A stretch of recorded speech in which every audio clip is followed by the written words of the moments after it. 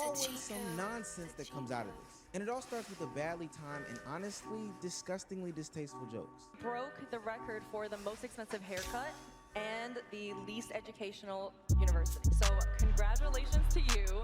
Oh, and also, bro, Kyle, like, what the fuck? Congrats on your new documentary with 50 Cent. That was you, right? Ooh. But that was not funny. Good, YouTube back with another video, man, and we're reacting to this, streamer awards situation by my boy Amizi, man. Let's check it out, bro. I heard this shit was crazy. For the most expensive haircut and the least educational university. So congratulations to you. Oh, right. And also, congrats on your new documentary. That stinks. Yeah, secondhand cringe is a real problem in this nation. Sorry for coming a little late to this video. I am fresh from the Streamer Awards talking about India Love, and I would be a bad hostess with the mostest, a bad commentary channel if I did not discuss the entire cringiness and the drama surrounding the whole Streamer Awards. Yeah. From the lack of representation to the bad production. Black Boy Max in the booth. Bro, why doesn't he got this big ass coat on, bro? Cringy and What the hell? all the way to the cringy and even what people would deem as racist jokes. Rakai, question. What's the coolest thing you've ever stolen? That's crazy, bro.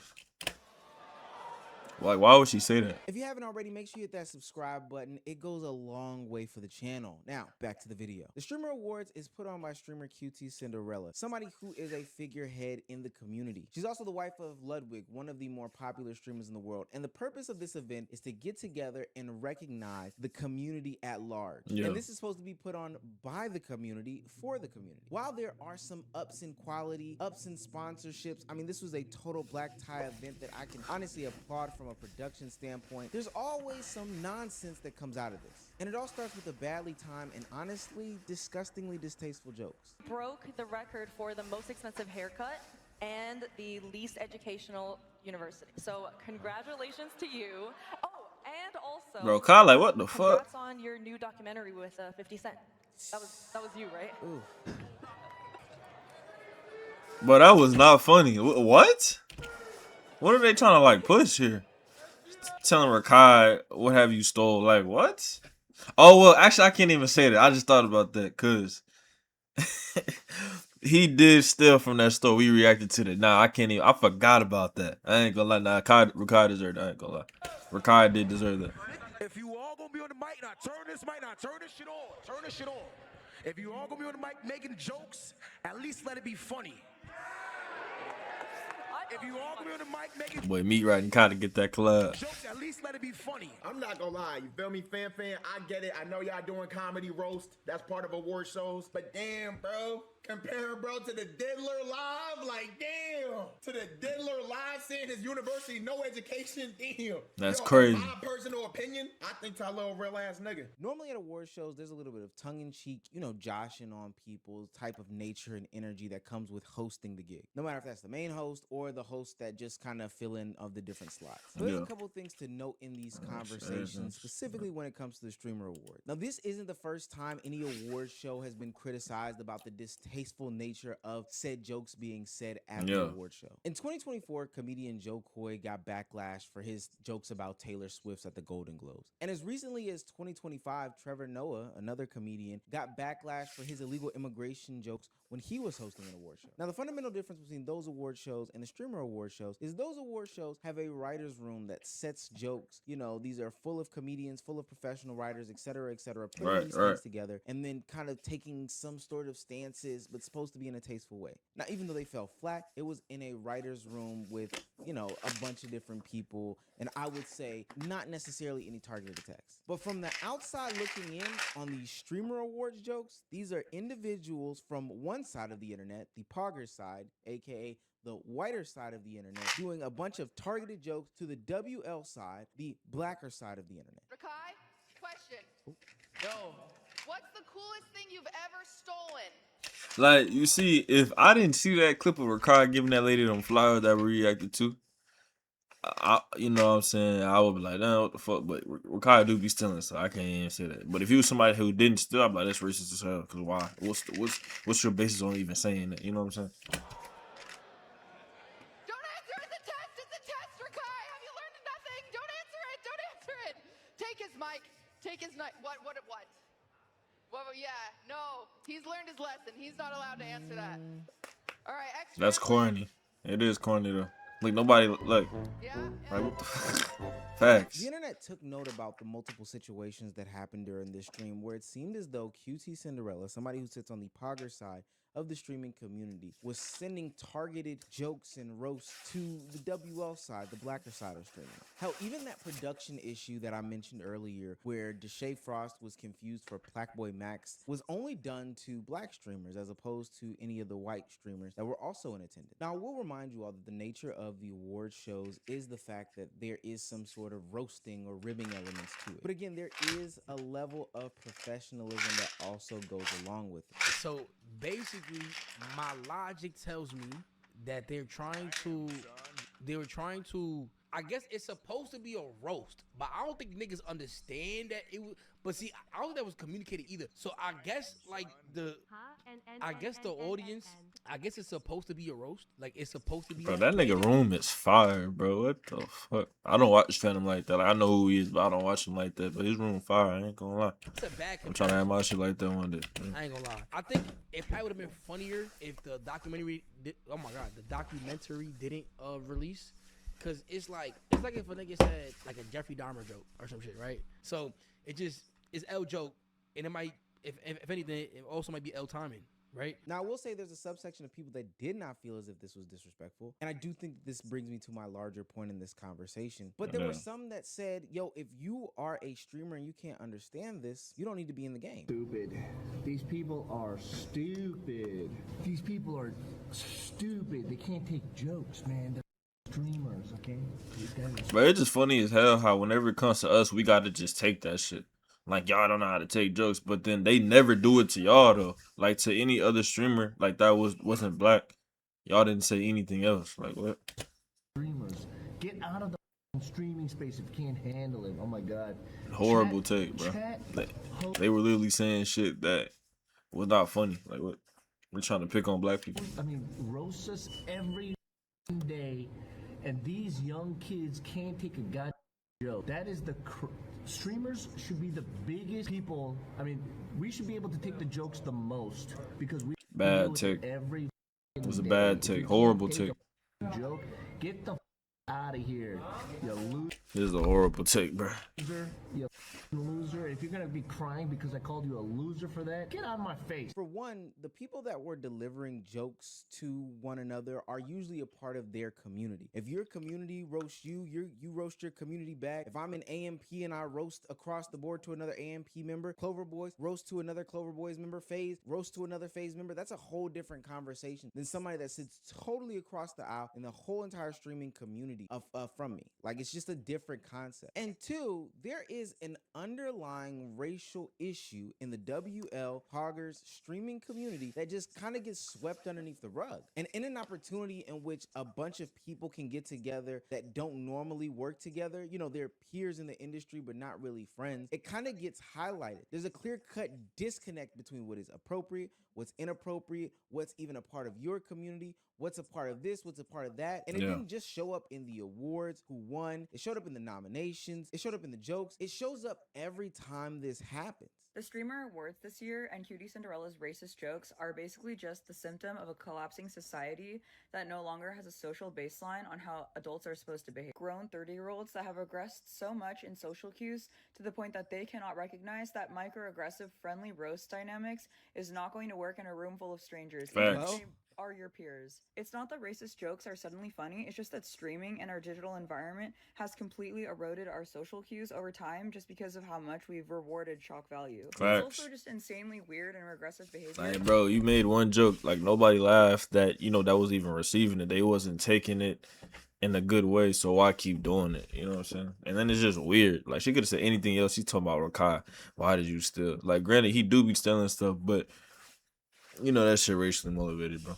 You only bring up people's scandals at your streaming show where you want them to feel welcome. Honestly, the only reason why I can think of the fact that Cutie Cinderella was literally clip farming weird, racist, microaggressive jokes at her own highly publicized awards show is because there is very little remaining normalcy in society. It wasn't just the cringe or weird jokes that were made to Kai or Rakai. There was an oddly placed joke about Queso eating a lot of food, you know, a joke based in fat phobia. I want to congratulate Kai for reaching over 1 million subs.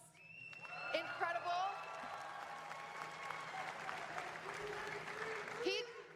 He just barely beat out Queso, who could only eat 900,000 subs.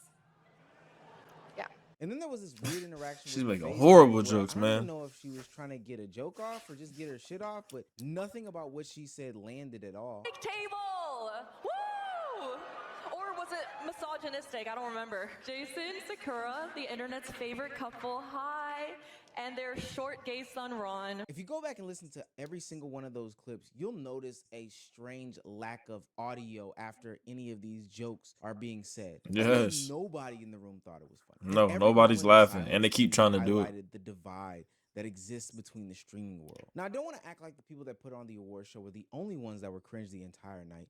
We do have the entirety of the India Love situation where she stormed on stage calling for Rakai to be the winner and recipient of Breakout Streamer of the Year or DDG, whichever one, which also doesn't make any sense. But I covered that in an entire video, so make sure you go check that out. We definitely will be watching that next too. I'm gonna make this like a part 2. It's safe to say that the entire streaming world was watching this event and QT Cinderella kind of fell flat on her face, especially because she and her collective made a big deal about this event going into what was going on that night. It was a beautiful night that was marred by bad joke after bad joke, targeting select streamers, and ultimately highlighting the divide between streamer groups. Now, I do want to acknowledge that all was not lost. There were some beautiful moments, beautiful speeches from the award winners. There was a lot of motivation going on, and I think overall there were some big positive highlights. We got to see Speed and Kai in the same room. We got to see I Love Puzzles in the same room. Some streamers that are very, very wholesome, winning awards, celebrating, and then going back to their community, letting them know Speed and Kai not together. That's bro. that all the hard work they put in real. is not for nothing. But it is such a shame that a big event like this has so much clout, bro. A big event like this left such a bad taste in people's mouth due to a few things, a few bad apples. Most notably, a couple of the bad apples were on the hosting and production side of things. But boy, oh boy, there is a problem in the streaming community. And I think that Cutie Cinderella just tipped over the first domino that is going to unearth a lot of issues in the future. Yeah, bro. This shit crazy, man. And that's, you know, the end of that video. The streamer awards were a mess, man. But we're going to react to part 2 with the India Love situation. I'm going to let you finish, but Rakai and DDG, yo, adapt. I'm going to let you finish, but Rakai and DDG had the best streams all year. They should have won Breakout Streamer of the Year this year. Hello. Real quick, y'all. I know Breakout Streamer of the Year went to Adapt. And congratulations, and we respect you for what you did. But Rakai should have won Breakout Streamer of the Year and DDG. Man, what the hell Meezy wearing, bro? What the fuck? What y'all say? Shout out Rakai, shout out. Blah, blah, blah, blah, blah. If you ever want your event ruined, just invite a pick-me male-centered woman named India Love and give her a microphone. Just yesterday, the most divisive event in streamer history took place, aka the Streamer Awards. The reason why it's noted as the most divisive event in streamer history is because up until this moment, there has been so much conversation surrounding it. Whether it be the fact that some kick streamers weren't involved in any of the categories, whether it be claims of it being a buddy-buddy system where friends of the show are being brought on and glazed on all night, or whether it be about QT Cinderella, the host of the Streamer Awards, doesn't really know anybody. She's just inviting whoever to stay in good graces. This event has so much controversy surrounding it going into it, it would only make sense that it would be a night of controversy. And while there are other things to elaborate on, we've got to get into the pick me queen, India Love, and how she ruined the Streamer Awards. If you haven't yet already, go ahead and hit the subscribe button to this channel. It goes a very, very long way. Now, fuck with my boy Omeezy, man. Award show is always fuck with my boy Omeezy. It's about the nominees and who the committee decides decides to select as far as winners, losers, nominees, etc., etc. It never really seems fair, especially when your favorite artist or celebrity or whatever doesn't get represented, but ultimately it is what it is. Breakout Streamer of the Year is defined as a streamer who experienced explosive growth in the past year, establishing themselves amongst the top streamers as one of the most talked about names in streaming. Now, I think if you ask the casual viewing audience, they would have their opinions on this, and most notably, they would probably talk about Rakai and DDG, two people who, for better or for worse, have been in every single conversation. So when they didn't win the award, it came to a surprise for most of the internet. EDG.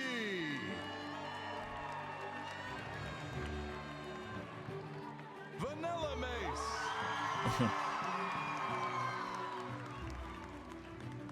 Gwendolyn Ortiz. Gwendolyn is her name? Who knew that? That's crazy. And the Streamer Award goes to Adapt. Adapt. You know that boy DDG. Like, man, I should won that shit. Nomination and first win. Now, I'm not here to make a claim about who should have won Breakout Streamer of the Year, what it even means, did this person break out, X, Y, and Z. That doesn't necessarily matter to me. What I am here to discuss is the pick Misha of the entire group, India Love. Granted, it's okay to be upset, but what she did is just so inexcusable. She pulled a Kanye West / Little Mama, or a Little Mama / Kanye West, and decided to run up on stage, take the mic, and give this drunken monologue about who she thinks should have won. Real quick, y'all. I know Breakout Streamer of the Year went to Adapt. And congratulations, and we respect you for what you did. But Rakai should have won Breakout Streamer of the Year and DDG. I don't care what y'all say. Shout out Rakai, shout out boom, boom, boom, boom, boom. Now, Miss India, you know that was wildly inappropriate. Like I said, I'm all for people having their own sorts of opinions, but does that mean that I interrupt this show in order to do what she did? Absolutely not. Because we'd be there all night with everybody disagreeing, with this person winning, that person losing, etc., etc. At what point do we draw some sort of conclusion? Now, do I agree that Adapt should have won the award? My personal opinion, potentially not. I could not be as tapped in as I should be, but DDG and Rakai had a super big year, but I also thought Blackboy Max took things to an entire different level. But never, and I mean ever, and I do mean ever, when I walk on stage to interrupt them from when I do ever, potentially and I could not be as and I tapped do in not as I mean should be, ever. but DDG and Rakai had a super big year, but I also thought Blackboy Max took things to an entire different level. But never, and I mean ever, and I do mean ever, when I walk on take out the stage glasses to interrupt them from their award show that they're giving on. That's just the dumbest thing in the world. Right. Right. So she faced consequences for being a pick Misha, and she got kicked out of the event promptly. Oh, they kicked her out. That's crazy.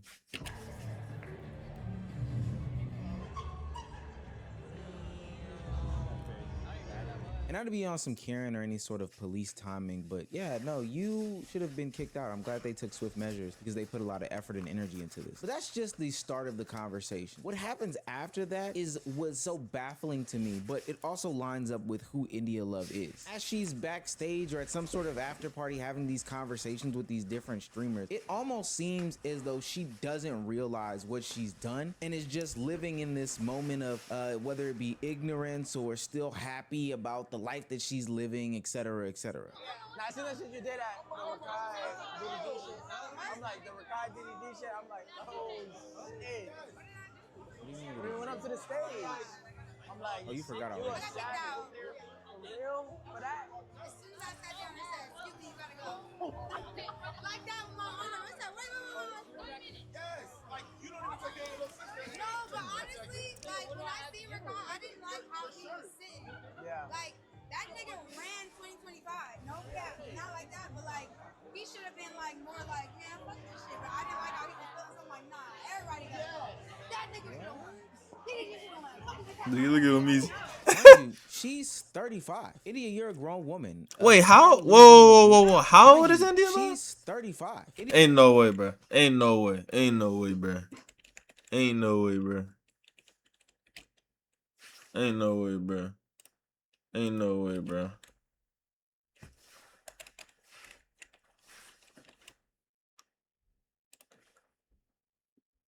What the fuck? No, she's not 35. She's 30. Well, she about to turn 30. She's 29. This nigga talking about 35, bro. I'm like, ain't no way, boy. If she did, her black don't crack for sure. I know she mixed, but shit. Lydia, you're a grown woman. A child losing an award and She's being almost 30, emotional I ain't gonna about it, or at least the appearance of being emotional about it, isn't the pushing biggest 30. of deals in the world. Have an opinion, Yeah, that's auntie. fine. Don't try to lump Rakai into this situation. What you did was just straight up wrong. And I know what you did it for, the validation of the bros. That's why you're so excited to tell Deshae and other streamers about what you did. And ultimately, the reason why, the justification. So it makes sense why she would be smirking when she gets phone calls from different streamers talking about what she did was... Look, man. My take on it is bro, shit. I don't think it's bad that she did that shit. Like, you know what I'm saying? I think DDG or Rakai should have won that shit. I don't see this as anything bad. Like, his take is it's bad. She shouldn't have. I don't care. I fuck with it. That's my take on it. Fire, what she did was X, Y, and Z, blah, I don't really think it was blah. bad. Like, yes, of course, she shouldn't have done it on some. That's why they kicked her out. But I don't see this as like, oh my God, why did she do that? Like, why would she do something? Like, I don't care, bro. Like, really not that big of a deal to me. My heart. Hey, you know me, I'm super.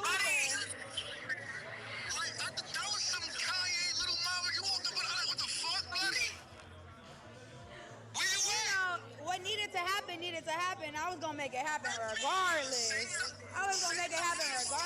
You know what's crazy though, Dez? All my life, when I went over there to go talk to Rakai, I didn't like his demeanor. Like, Rakai head was down. Rakai didn't have his light. I'm like, nah, niggas need to feel this shit. Like, I don't give a fuck. Like, he just didn't have, like, Rakai's head was down. His whole, like, I didn't like that shit. So why not encourage him? Why not uplift him in that moment? Why sit there and try to appeal to these young male gazes? I agree with that though. She should have. Why didn't she? try to lift up Rakai. I support that. Like, even though, like I said, I don't care about what she did about going up on stage. I don't think it's the worst thing in the world. Like, how he's putting it, at least. He's not saying it's the worst thing, but he's like, oh my God, la, la, la. But like, I agree with, she should have like went to Rakai, talked to him. What I'm saying, cheer up next year, all that. Like, she could have done that if she didn't do it.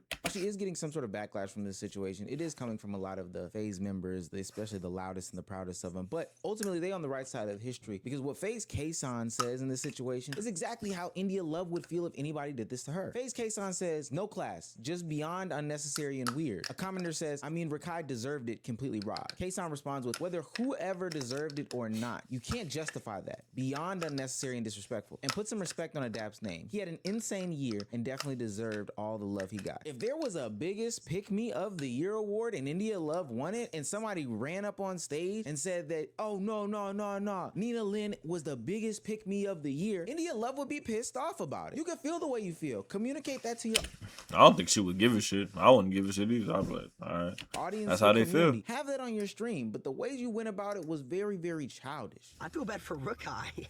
Because like, she had, and India had security drag her out for that. We were sitting right next to her. And Ray screamed face up when she was getting kicked out. Now Rakai is brought into some situation and drama that he didn't need to have to be in, which is crazy because you're using him as an excuse for you to be ignorant, for you to be immature, for you to be some sort of pick-me. Not too long ago, India Love talked about changing her whole image, as she's aging, not carrying into her next phase in life these childish ways, etc., etc. I don't know about changing my style at 30, but I'll definitely be elevating my style at 30. And I will be toning it down as far as the raunchiness and my behavior and how I dress. I'm going to be turning it down. It's not going to be an overnight thing. But I'm working towards being more modest, and I'm working towards, like, being more that category. But in due time. I'm not in a rush. I just know what I'm working towards, and I have to put in the work for that. Sure. You say you're not rushing changing, but I'm telling you right now, you need to rush to change. And that same night where she bum rushed the stage to give this sort of announcement, she blamed her alcohol and weed addictions as to the reasons why she does the things she does. And she's slowly starting to phase those things out, because at this big age, she needs until January 3rd to learn and establish some sort of boundaries, aka some sort of basic civilities in life. I want you guys to just be a part of my journey, because it's a journey, and I'm okay with showcasing my ups and downs. Right. And it's okay, but that's what I want to do. January 3rd, no weed, no alcohol. Talk about accountability. So 30 years until old. January 3rd, I will learn my boundaries of like how many drinks does it take to get with me type shit, you know? Oh, India, you are just the most foolish person in the world. I make these claims that India Love is a pick-me because I believe that she does all these things for the male gaze, the male attention, and for male validation. I mean, she literally said multiple times that night that she felt like she had to do this because the culture or the people in the audience felt a certain way. And you know what, India? Let's see. Let's put that one to the test. You went up there and you said you did it for DDG specifically. But when I went back and looked at how he was responding to you post that event and on stream about the situation, it doesn't seem like he was on your side. It's 80-20.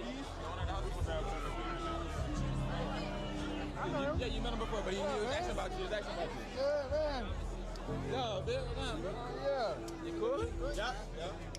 How you doing, brother? You need to pick me real quick, bro. Come on, bro. Come on, fuck that. Come on, bro. Come on. Real talk. I seen what India did. I checked on her, made sure she was straight. I know a lot of y'all felt frustrated. You know what I'm saying? It is what it is, man. Shout out to Adapt. Adapt went crazy. Everybody went crazy in their own way. You know, that's the point of a community. It's the point. The point of a community is, nigga, we in this shit together. Even the person that you went to bat for didn't have as much energy and fervor as you did. Why? Because DDG is almost 30 and he's grown to at least the point where he realizes that, hey, that's not appropriate to do. Oftentimes in this streamer conversation, I give a lot of grace, especially to these newer people who are adjusting to this environment. I do think there's a lot of pressure to perform 24/7 and to make a name for yourself. But I don't think that people realize that before India Love got a microphone in front of her face, people did not know what she sounded like. And she did not say stupid things because she wasn't allowed to speak. When India Love and her sisters popped up on the scene as our first blazing baddies of IG, we knew nothing of them except for what they looked like. There was a point in time where we did So not she's blazing. hear Okay, our makes sense. I didn't even know she's blazing. Okay. influencers. We never heard Hey, them. brother. We only saw them. They were to be seen and not heard. I miss it.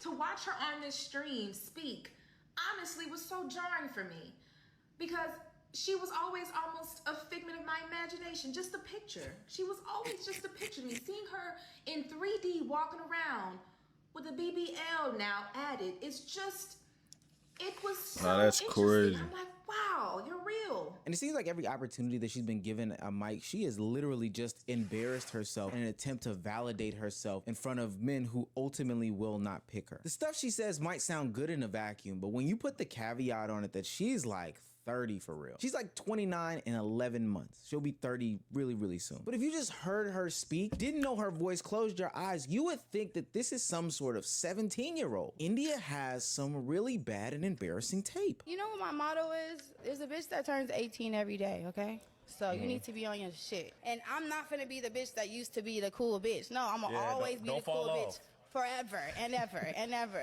And y'all gonna know me as being the original cool LA bitch. That's just what it is. I'm never gonna be like washed. I'm never gonna be like in the past.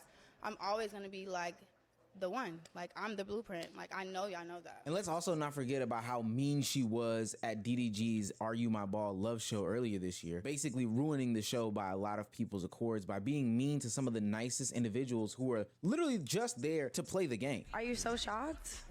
Oh, tell us all about it. I don't know. I think we go together, but Yeah, I remember that was stupid because I think they were together at that point. Like we was calling him his girlfriend, his girlfriend.